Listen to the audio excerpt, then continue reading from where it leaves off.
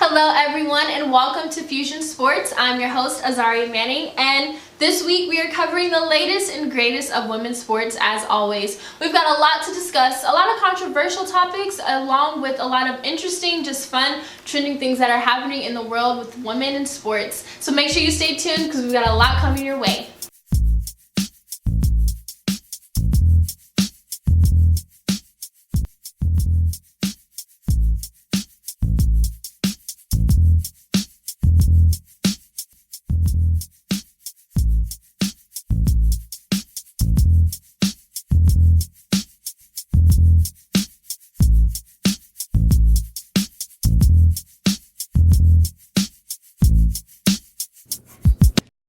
You guys are watching Fusion Sports. Thanks so much for tuning in. We've got a lot in store for you this week. First thing on our list, we always start every episode off of what's trending with these amazing women in this field world that we call sports. First things up, Alex Morgan, the U.S. national soccer player and co-captain, has decided that she's going to play in the 2020 Olympics in Tokyo. And it'll be months, about 4 months after she's set to be giving birth to her first daughter. She's talked to US Today and just decided that she feels like she'd be ready. She's excited to go back, and she feels like she will be at her athletic capabilities and be able to really do an amazing job for the US team in soccer. You may know her. She's not just any soccer player. She is definitely one of the most decorated in soccer, one of the most beloved. She was also in Sports Illustrated this year for the cover, so she's definitely one of America's favorite female athletes. So why can't she do it? It's already been set to be done. I mean, if she can pull this off and get a gold, she may have done something different. As we know, Allison Felix, 10 months after giving birth to her daughter Cameron, went to Qatar and dominated and is now has the most national titles in the World Championship. So I don't believe that she can't do it. Alex Morgan, just to give you a few things that she has already accomplished, she is the U.S. Soccer Female Athlete of the Year, and she also was the FIFA World Player of the Year. So this won't be her first rodeo of really executing and doing something different. But this time, when she'll be at the Olympics, she will be a mother. So it's really interesting to see, and we're here at Fusion. We're definitely aiming for that because that will just be another great thing on the history books for her to accomplish, not for herself, just for women in general. So Alex, we're definitely rooting for you, and we hope you have an amazing pregnancy and a great delivery of your new baby girl. Now, the next thing on our list will have to be women's college basketball. It is back, and it is in full demand. We're only 2 weeks in, and it has been absolutely amazing so far. We have a lot to talk about. ESPNW did an amazing article and look and specifically into NCAA's women's basketball and really talked about the players that are really stirring things up and are really coming full-fledged. Some of them are freshmen, some of them are seniors. They're dominating with triple-doubles, averaging about more than 30 points. So let's get into it. First things first, one of the top players that cannot go without being recognized is Sabrina Ionescu. She is killing it right now. Also, Ruthie Hubbard and Rena Davis are leading their team in victories. In just 2 weeks, they've been doing things that you see kind of more stemming towards March Madness time. It's only 2 weeks in, and they're already executing like this. These ladies are coming in full-fledged and ready to play, ready to ball, which we love to see. And according to ESPNW, the top 5 teams right now are, of course, at number 1, Oregon, 2, Baylor, 3, Stanford, 4th will have to be UConn, and 5 is Texas A&M. And let's not forget Oregon also beat the U.S. women's national team in a game. Very close, not too close. Also on ball court, Coach Drew talked about it as well. They beat them. So Oregon is definitely ready to take it all. Do you think they can keep this number 1 seat the entire time? They're ranked at 1 right now. The way they're playing, the way their players are, and then just overall gel that they have is really unmatched right now. And for them to be 2 weeks in, I'm just excited to see what we'll see in women's college basketball because it's another great platform and field of women who just put their all into it. So I'm excited to see. I hope you guys are tuning in. If not, make sure you guys start watching these games because they're going to keep getting better. Now, also, we've got to get into something that is really cool. The Brazilian women's soccer team had a record-breaking attendance on this past Saturday with more than 28,000 fans cheering them on. Last game, with the most attendance was with 25,000. So that went up about 3,000 people wanted to come and support these female athletes with soccer in Brazil. And, you know, in other countries, sometimes you don't see that support often when it comes to like more of a foreign country, when it comes to support of women in sports. So that's a really great record-breaking thing to have happened. And as you know, soccer is the leading most viewed sport, women's soccer, in America. So as you can see, soccer is just taking over. We need more people, maybe more international soccer players that are challenging U.S. soccer players, just kind of get that more fun, that like sisterhood rivalries going on, and see who's got the best soccer players, or who can get people to tune in the most, because women's soccer is definitely taking over. Also, in the 2019 NCAA women's soccer tourney, we're in the second round right now. Just to give a few, that'll be in the second round, playing on November 17th will be Notre Dame against St. Louis, and then we'll also have the second round that is aired to be on Thursday, November 21st, and it will be the third seed of Arkansas versus North Carolina, and also to follow that seed will be BYU versus Louisville. So I'm excited to see. This is actually, to be honest, my first time really getting tuned into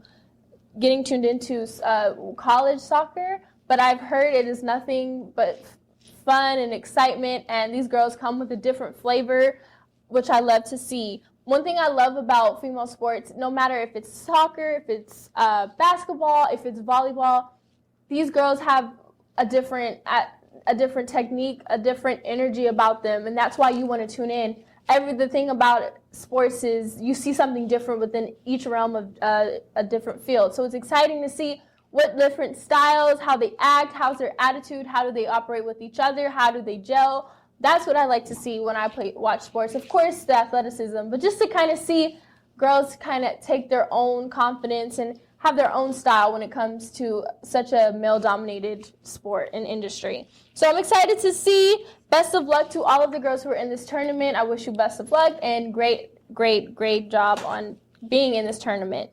Now, one of the least things that we had to talk about, well, not least, but something that we really needed to speak about, and something that's really important that we wanted to finish off what's trending right now, is a conversation about trans women in women's sports. Super big right now. It was actually, even just to talk about, I was in my Uber driver and I was scheduled to be having an interview with someone. I don't want to say who now. We'll have that for another show. But we kind of got on the topic about trans women, and the Uber driver basically was telling me, like, have you heard about what's going on right now? You know, they're wanting to allow trans women to play in sports industries and to be in the professional realm as well when you're trans, or just not even within professional, just in general. How should we operate about this? I know this can be a very touchy subject, so we are here at Fusion, our open realm, and we want this to be a public forum for people to state how they feel in a positive light, and to give their opinion and see how we can help change this narrative and this dynamic, because in the reality, this is our reality. So what are we going to do about it? People are trans every day, and they're wanting to play sports. So what should we do about it? That's a question that I don't have the answers to, and maybe you don't, but us having this conversation will maybe help for people who have an opinion about it. A lot of people are feeling like it's not fair because, of course, there's some biological differences between a male and a woman. If, say, for instance, if a man decides, or a teenage boy who loves playing basketball wants to then become a woman and become a trans woman and still wants to play basketball, should they not be upheld that right to compete and to really just play their game and to really play a sport that they love, just because they decide that, because they want it to be the person that they want it to be? Is that fair to not allow them this right, for them to not be able to play anywhere, or to allow them to still play in a men's league? It's really, honestly, I don't have the answer. So what do you guys think? If we talk more about it in but in past times when it came to sports, and when a lot of women, we'll have to use women, of course, as the pony for this show, a lot of women who have had great accolades and have made great accomplishments have been saying, oh, well, they only won this because they had high testosterone levels. That's one of the biggest things that happens when it comes to a lot of these cases with professional athletes and professional female athletes who have dominated in women's sports and have been seen to be upheld as a man just because they're great. We can always talk about who? One of the best tennis players of all time, Serena Williams. Everyone wanted to say that she was a man just because she was so great at what she did, because she was a beast, because she worked hard, because she was athletic, because she was strong. Many people saw her out to be a man just because of how strong and dynamic she was. So was that fair? No, not at all. But the question is, everyone keeps saying that, saying the issue is the testosterone levels and it's not fair. A man is stronger than a woman, or a woman is not as strong. How can they compete in that way? It's just not fair, right?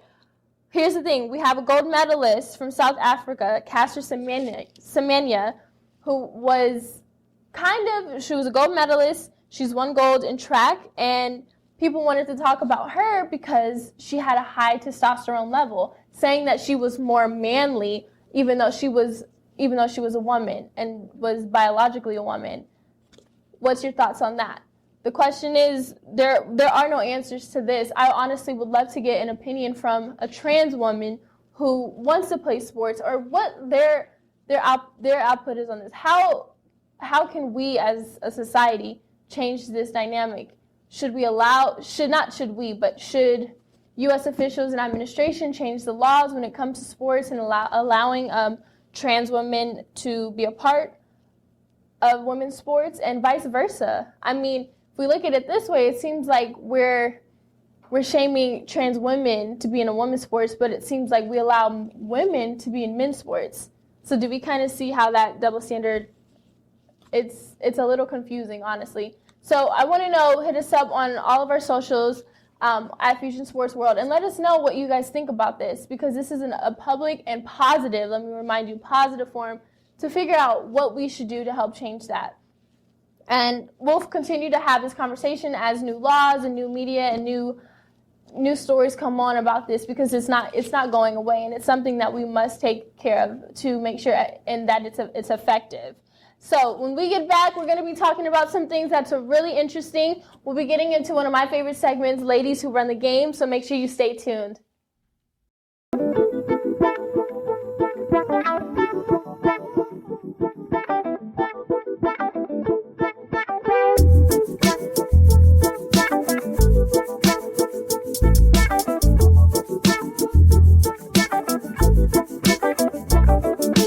Welcome back to Fusion Sports, and if you're just joining us, we just had a lot to say in that past segment of what's trending. We talked a little bit about Alex Morgan. We talked a little bit about trans women and allowing them to be a part of women's sports professionally or just in general. We also talked a little bit about the women's basketball and how they are coming hot. Now, we got to stay a little bit on topic with the basketball trend and kind of go a little bit into the NBA. So, over this past week, the San Antonio Spurs played against the Portland Trail Blazers, and let's say it wasn't really much about them at this game. It had to be on the sidelines, what was going on. Of course, as a lot of you guys may have known from headlines, Greg Pop was ejected from the game and was not allowed to finish off as head coach during this game, and he had to top it off to someone else. And of course, you would think it would have gone to, if you guys may have known, the full-time assistant head coach. Her name is Becky Hammond. Yes, she's been there since 2014, assistant head coach for the San Antonio Spurs. And she wasn't appointed to be head coach as he was ejected.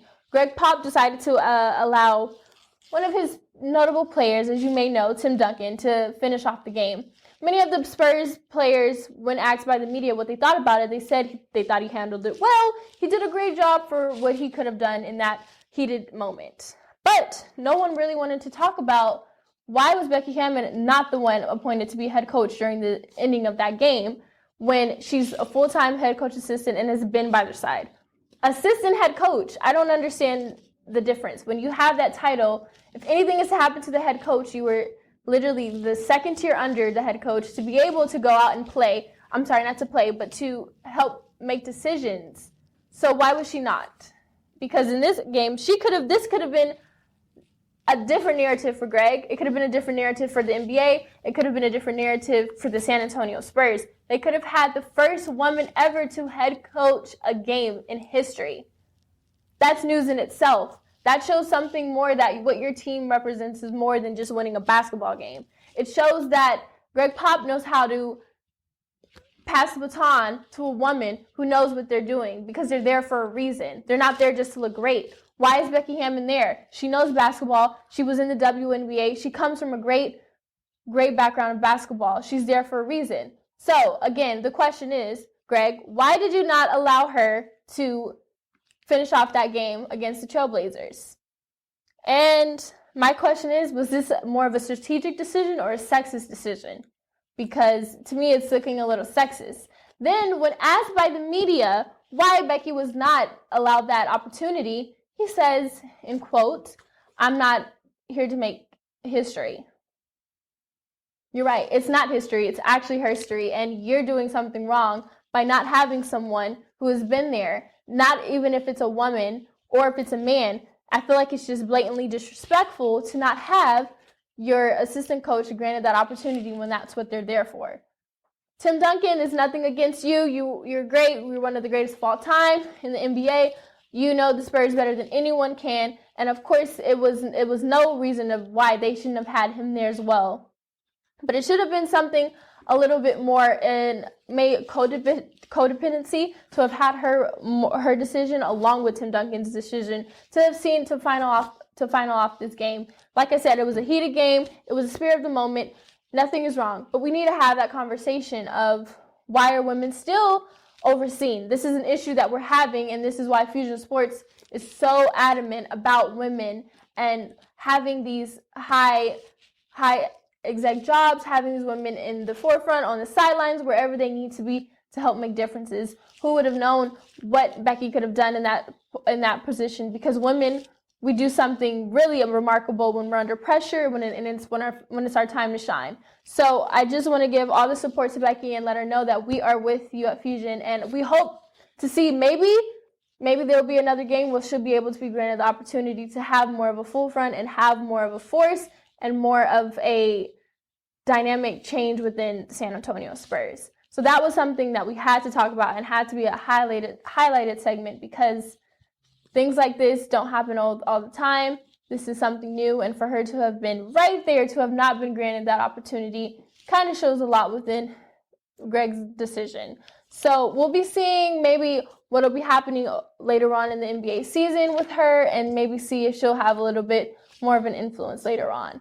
Now, also, what I had to talk about was who Becky Hammon is, despite being a part of the San Antonio Spurs organization. She started in 1999, and she was a WNBA player. She's from Russia, and she's a great athlete and has had many remarkable stances in the WNBA and also just within the San Antonio Spurs. She's been there since 2014. That's 5 years, going almost into 6 years that she's been there. I'm guarantee if she wasn't about her business, they would not have kept her on so long. So here at Fusion Sports, we just want to thank you for what you're doing and being a trailblazer. And if y'all don't know what a trailblazer is, it's maybe the first of her kind, but she's not set to be the last. So we want to continue to push her to keep moving forward in such a male-dominated industry and keep fighting for all the little girls and women who want to be the head coach of an NBA team one day. Make sure you guys stay tuned. We'll be back with more on Fusion Sports. Hey yo, taste the quarter pound from here to New York. Don't swine, don't eat no pork. Who am I? The B to the do it again. And you guys are watching Fusion Sports. As you may know me, I'm Azariah Manning, and we're gonna be getting into a segment that's new to the show, and it's called the Fusion Fix. And on the Fusion Fix, we're going to be talking about, of course, the guys. We can't leave them out all the way. There's some great things that are happening and some really interesting things that have happened in the past week or in the past month that I feel like we needed to highlight. We won't give them too much credit because, it's broadcasted everywhere. But the first thing that I wanted to talk about, which I feel like is near and dear to any sports fans or anyone who is really into sports media and knows about Colin Kaepernick and what he stands for. This past week, he actually played not played, but practiced for 8 NFL representative teams and kind of wanted to showcase his talent. He had the opportunity, like he's been broadcasting, and he said, I've been ready for the past 3 years, and he got that opportunity to practice for 8 teams. One thing that I loved about him was that he invited other media outlets, different platforms to be there because he didn't want the narrative to be a little bit shifted by just the NFL and what they showed and things of that nature. Now, like I said, it was only 8 teams. We haven't heard back what exactly is going on. All I know is Colin said he's ready. He came full-fledged. He had the media there. He was confident, and he was ready for his chance. It's been 3 years since 2016 since he took that stance to fight for something a little bit deeper, more than just winning a Super Bowl championship. And I feel like it was a little bit past his time. It took too long for him to have been given this opportunity just to practice in front of him. We can do a little bit more better than that. But we got to take what we give and just wish him the best of luck. I don't know what they'll say. I don't know if this was just one of those things to get more eyes into the NFL because, quite frankly, the NFL is losing its numbers. It's losing its audience. It's just not doing what it needs to do anymore. It's not really being progressive. It's not changing the narrative. It's not focusing on anything else outside of touchdowns and things of that nature, which I understand. Everyone wants that classic football outlet, but there's more to come. There needs something, and quite frankly, not having Colin in the NFL shows that there's something wrong because he is a beast and an athlete. Should definitely be on a team as a quarterback doing what he does best.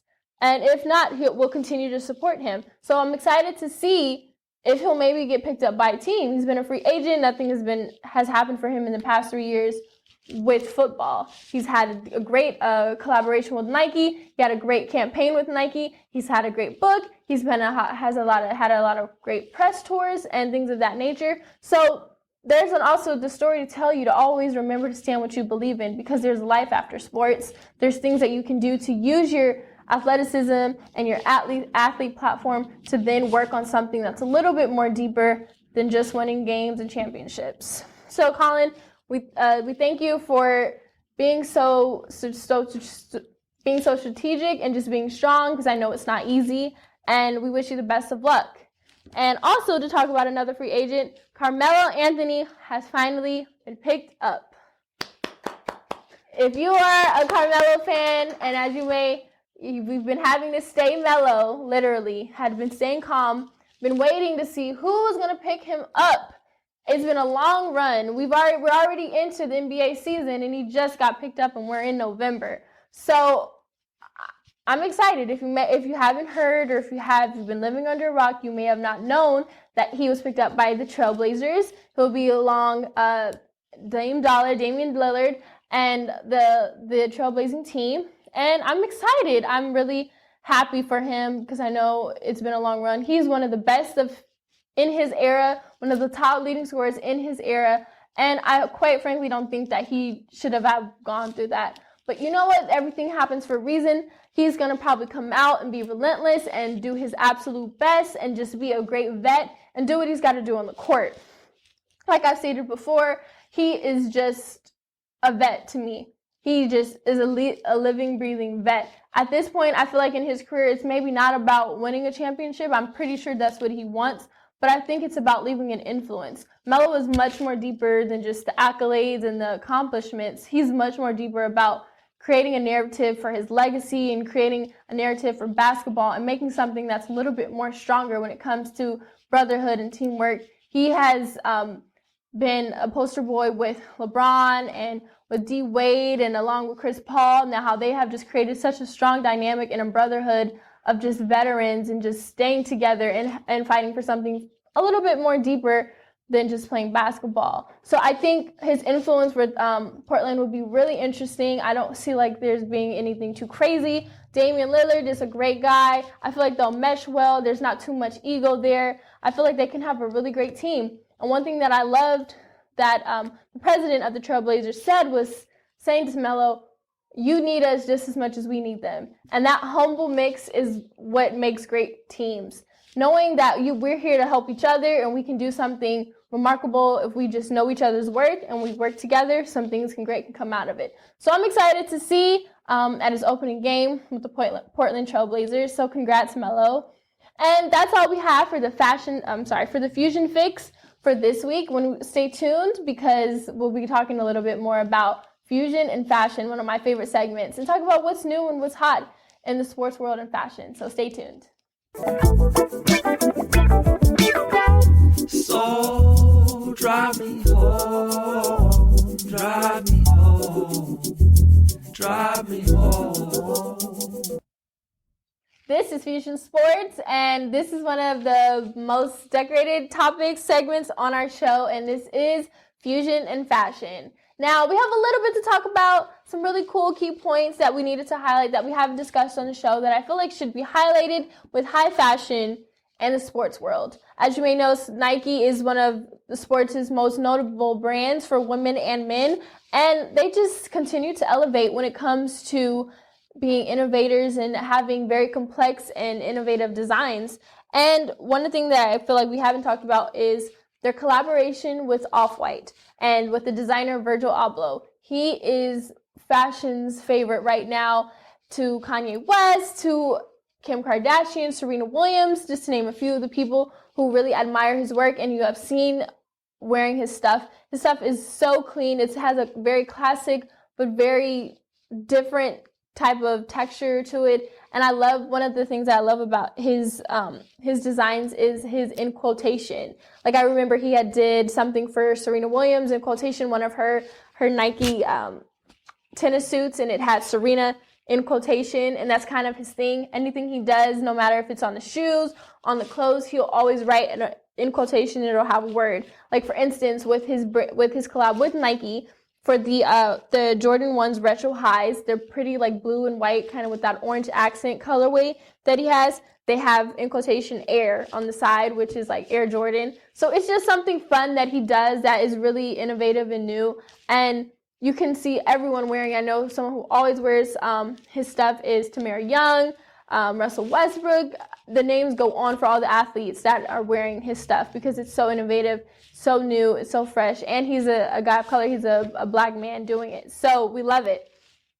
Also, we wanted to talk about something cool that I've just noticed when I was just going, because I'm like, Nike right now, I guess you can say they're at the top of their game, of course, with fashion, and that's probably like the number one sports apparel where people are going constantly. Maybe if they're not even buying it, they're going to see what's new with Nike. What are they doing now? What's new? What's different? What's the newest shoe? They're always coming out with some new, crazy, cool, cute shoe that everyone needs, like men or women. And I wanted to see, like, what shoe could I find that was very diverse, very functional, that both a man and a woman can wear. And the ones that I found that were really fun and very new and current are called the Nike Joyride Optics. If you haven't seen them, they have that really cool, very like comfort, flexible kind of shape to them. They kind of have that like kind of U shape, they're really comfortable. And they kind of are described as like having like a soft foam, everyday, edgy, very diverse look to them. And I love them because of the colorways that they have, the textures and the patterns that they use are not like what you see every day. I love the ridging on the bottom on the soles of the shoe, and they have those in different colors. And they're really made for comfort. And one thing I can say, Nike does have great shoes for comfort. And for both men and women, I feel like they're a great shoe to kind of have in your bag, in your gym bag, in your workout bag. Once you get off the court, once you get off the track, you want to take off your cleats, you want to take off your basketball shoes, and those will be the shoes that you put on. And then they're really cool because you can wear them even just outside of just working out or just having them on and throw on after you work out. You can wear them out just for fun, to be cute, and for fashionable purposes. So I love those. So make sure you guys go out and maybe get you a pair of the Nike Joyride Optics if you want something new and different that you haven't seen anyone wear in a while. So go out and get those. They're really cool. And the last thing that we had to talk about is another collaboration that literally just launched and we're excited about. You may know the most recent retired NBA player, Dwayne Wade. He is just coming out of the woodworks with lines and being on TV shows. He is definitely taking his retirement to another level and doing things that are out of the ordinary. He just launched an affordable sock line with his brand Parkway along with Target. It's affordable. The socks start at just $6.99, and I love them. I saw like a few of the different design concepts, and they're really fun. He has like a blue, and they're like kind of stripes, and they have blue and black, and they kind of have the floral accents. They're really, really nice. And I feel like that's a guy thing. Guys really do love socks, especially athletic men. They love socks just to have in their bag, just to throw on. And I like that he's playing with patterns, colors, prints. He's even got like a cheetah design one, what I love, with the checkerboard. And he's just kind of playing with fashion, kind of playing with things. It's just, he's changing the narrative when it comes to what guys can do, what male athletes can do when it comes to what they're wearing. And I love that they're affordable so that everyone can wear them. And I'm sure they're gonna maximize off of this because they're affordable, they're fun, and Dwayne Wade is in charge of them, and everyone loves D Wade and what he does. He has a different way of thinking, a different way about life, and he's a great guy. So I'm excited to see how the sock line will do, and if he'll consider maybe going into other revenues in fashion with more of different lines, like with more tennis shoes or just anything in general. So that was one thing that I had to talk about. So make sure you guys go out and get D Wade's sock line. I'll definitely grab a pair just because I love D Wade and Gabrielle Union. And I'm sure everyone needs socks. So that's it for this segment of Fusion in Fashion. And when we get back, we'll have one more really, really important thing to discuss until we head out for next week. So thank you guys, and we'll be right back.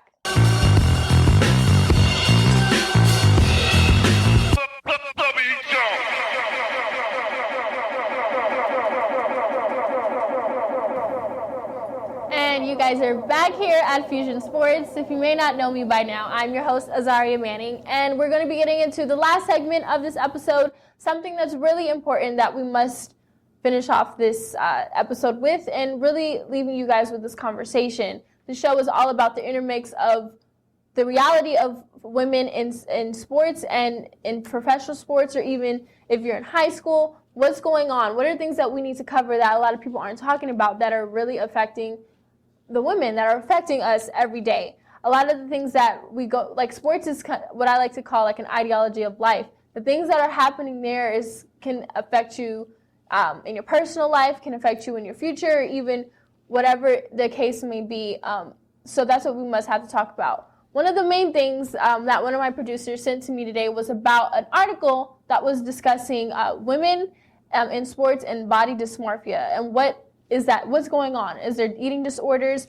What is the pressure that is being put upon these women athletes? Is it for the vanity of it, how they look when you're running, when you're shooting, when you're sprinting? What is it exactly? Is it the vanity, or is it the overall performance-wise? What is it that is causing female athletes in high school or even in the professional world to have a lot of low self-esteem about their bodies, and why are they resulting in going towards something as bad as eating disorders just to be seen a certain way or to execute a sport a certain way? And the question is, who has answers? We don't know, but it's a conversation that we must have, because there are female athletes who have eating disorders, and it's not a current thing. This has been something that has been in this society for a long time, even just out of sports. Is it the coaching staff's issue? Is it the way that women feel men romantically may perceive them if they look a certain way or if they're too strong? Why is it are they resorting into having like food disorders and eating disorders in this world? Because nutrition is a main part of being a great athlete. And without nutrition, you're damaging your body, you're hurting yourself, and it's not okay. So we want to know what you guys think about this. Is this the first time that you guys have heard about eating disorders in sports industries, and what's going on exactly? This is something new that we just put on the forefront, and here at Fusion, we're all about starting the conversation with you guys and really understanding what's going on. So we want to leave this episode with that to think about, and maybe next episode we'll have a little bit more input and maybe have someone on as a guest star to kind of talk about it, because it's something really important. And something here at Fusion will always stand for is women and making sure that they're being their best selves, either if that's spiritually, physically, mentally, athletically, whatever you may think. So I want to thank you guys so much for joining me on today's episode. This is Fusion Sports. I'm your host, Azariah Manning, and I will see you on the next episode.